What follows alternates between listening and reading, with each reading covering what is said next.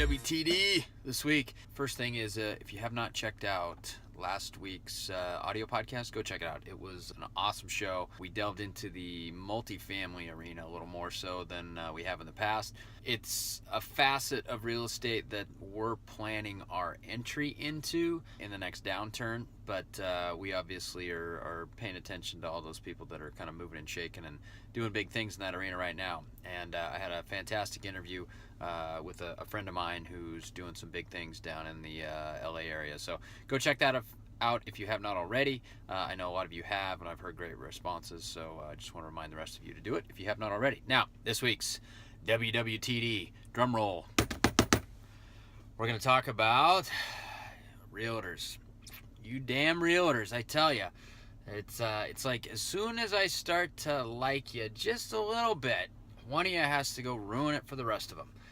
And this last week was no exception. We had a situation. We've got a house on the market. It's a fixer house. We had multiple offer situation. We took what we thought was the best offer. Price-wise, it was at the time. But we always like to make sure it's the best offer all around because money is not everything, especially when you're selling fixer-type properties sometimes. So we asked the agent directly, what kind of inspections is the buyer going to do?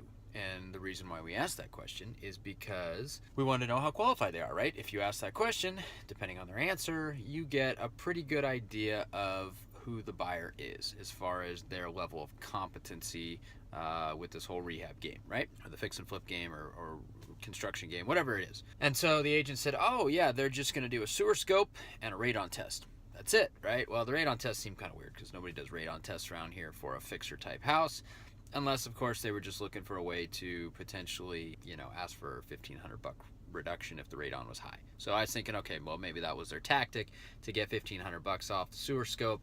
Obviously, that's a given. If it's bad, it's basically a $5,000 poker chip. Says, hey, I need a $5,000 reduction. So I figured, okay, worst case, we're looking at like $6,500 probably in max reduction costs or what they'll ask for if both things go badly. And so from there, we decided, you know what? Okay, we'll take that offer. We're hedging our bets. That's probably worst case. Well, fast forward to last week, the agent reaches out to Chris and says, hey, I need a one-day code for the property so that we can have our home inspection. And as soon as I saw that, I was like, oh, you got to be fucking kidding me. And so we went back and forth this whole week, or this past week, with the agent and basically said, hey, look, if we had known that you were going to have a home inspection, it changes the whole dynamic of the offer.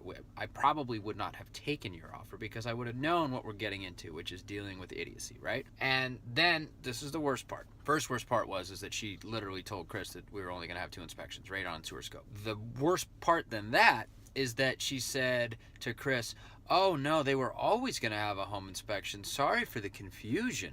As if asking somebody directly what inspections they're going to have and you completely omitting the fact that they were going to have the biggest inspection, which is a home inspection, isn't just flat out lying in order to get us to say that we'll take your client's offer. Anyway, bottom line is they lied. I don't know how it's going to shake out. We'll see. Personally, I've got to try and separate my emotions a little bit because I want to just say go F yourself. And if you ask for anything, peace out. Don't ever write an offer on any of our stuff again. We'll see if I let my emotions play in or if I use my head, once it's all said and done. But either way, point is, it's like, what's wrong with you realtors? It's like, just do business the right way, right? If you're going to offer X amount for a fixer, that's fine.